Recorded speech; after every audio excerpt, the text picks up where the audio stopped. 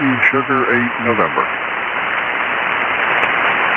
Whiskey, let me find Whiskey Sugar, and what was the rest? 8 November.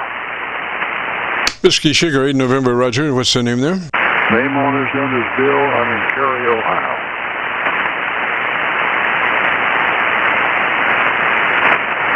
Roger, Darrell. And what radio are you running, sir? Running the ICOM 7610. All right. Remind me of something about the 7610 I think you might find interesting if I can remember it all in my brain. If you would be interested in our setup procedure, it starts with you getting that radio into the 100 to 2900 transmit bandwidth, TBW. It's called wide, and it's 100 to 2900, and then gives you just a slash of daylight before you're into somebody else's conversation. And that's why we love that 100 to 2900 transmit bandwidth, Roger. Roger, Roger. Yeah, that's exactly where it's set right now. By the way, give me your name and give me your call. I didn't get that down, please. Roger, Roger. The name is Jim, Juliet India Mike, Jim, and the call is Kilo Charlie 9 Victor Kilo Victor. That's KC9VKV, and this is the Qso-Vlog net where we assist folks in their transmitter setups. And if you would like to take advantage of that, we got that radio right there in the 100 to 2900 wide mode. Then we move to the compressor processor, and we're only looking for a third, just barely some tasteful compression there of let me see here, a 3 out of 10 or 30 out of 100. Just a third of the capabilities of the compressor processor, Roger? Yeah, Roger. Let's see what this one's set at. All right, yeah, well, it's set at 3, number 3 on the compression. All right, go ahead. Roger, beautiful. Now move to your ALC meter with mic gain in hand. And as you say the magic word audio, just the first part of that is what we're interested in, the and adjust your mic gain until your ALC meter is running 7 or 2/3, depending on which one comes first there. We want 2/3 or 7 on that ALC meter as you say the word audio and adjust your mic gain control. Roger? Okay, very good. Well, let's take a look and see what it's doing here. All right, it was about 6 or 6.5 on that scale, and the mic gain is set at 15%. Go ahead. Roger, sounds good. Now, you may have to play with that. So what we also suggest is that you might leave your ALC meter out. You got to have something to do as you talk to your friends and neighbors across the world.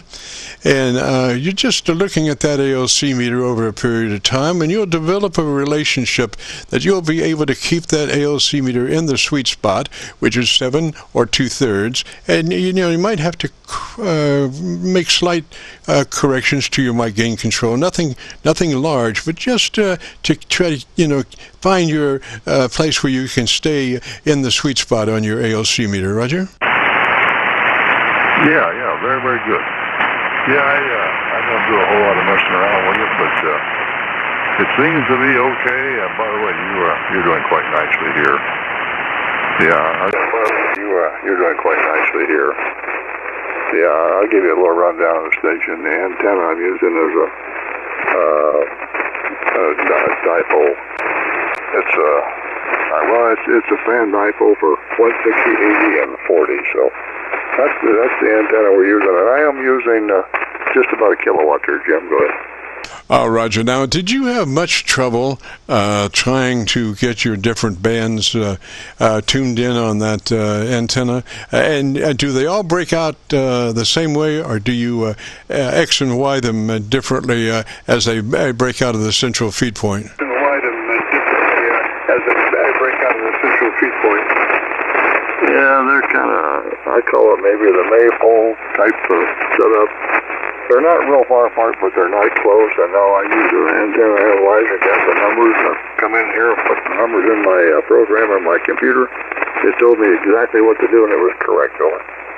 Roger, Roger. That's beautiful. Did you have much interaction between the different band antennas? Reaction between the different band antennas?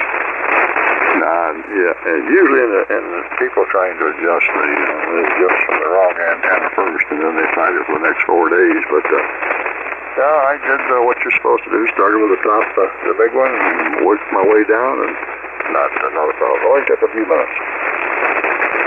Roger, Roger. Now I have 5 different dipoles up on my tower, and I make it a point to just not get the feed point closer than about 2 or 3 feet from the tower. So it's suspended. All of them are suspended off the tower. But you have to be careful that you wind up working on the right antenna for sure, Roger. That you wind up working on the right antenna for sure, Roger. Yeah, copy. Yeah, this, the way mine's set up, I had a utility pole or, electric pole or utility pole put in my yard, and that's where the antennas are all attached to that one key point, and no interaction from the support structure, over. Oh, that's great. That's great. Yes, I have I spent about 2 or 3 years building dipole antennas. I'm sorry. Yes. Well, gain antennas, might 7 element, some 14 element on VHF, UHF, and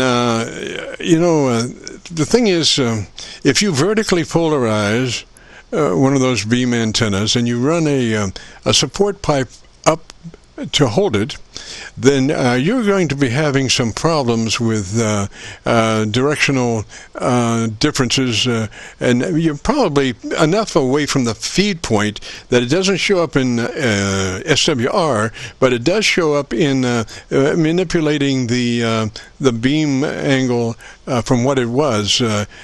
So what I did was use I had this big antenna, and I used a 4 or 5 foot piece of wood coming out of a pipe to support the beam vertically polarized, at the top of the pipe. I used a piece of 2x2 or something like that to not to run parallel to those elements, Roger.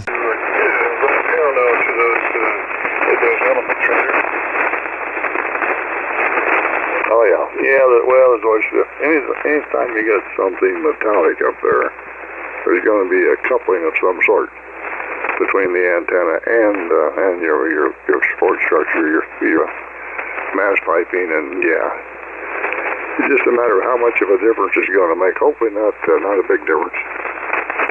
The antenna I use for 20 meters and up is a X beam. That works pretty doggone nice. So I'm pretty well set up for all the bands there, Jim. Whiskey Sugar 8 November. Roger. Well,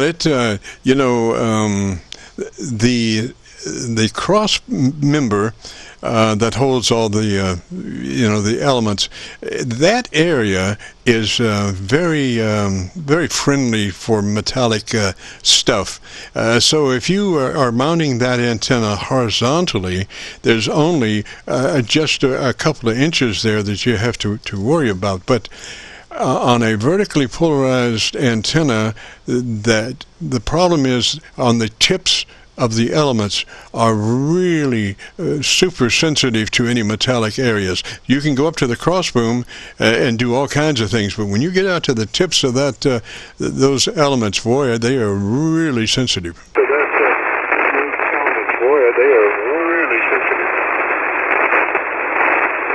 Yeah, it's all part of the game.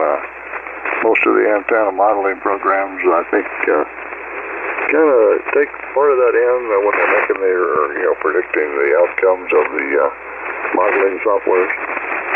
But I'm not sure that that's accurate either. But okay, Jim, I'll probably ought to get off here and let you pick up somebody else. I guess the radio's working okay. We did a couple of things, so I'll get out of your way, Jim, and let you make some other contacts, and hopefully can make somebody else happy. Kilowatt Charlie 9 Victor Kilo Victor from Whiskey Sugar 8 November. Roger, Roger, 73 there. Sounded really good. And again, if you want to hear that audio, go to YouTube, call it a search, KC9VKV, followed by the word logbook, would take you right to this recording, and I'll have it uploaded by noon tomorrow. 73, sir. This is the Friday afternoon Qso-Vlog net. If you have a radio you want to check out, give me a shout.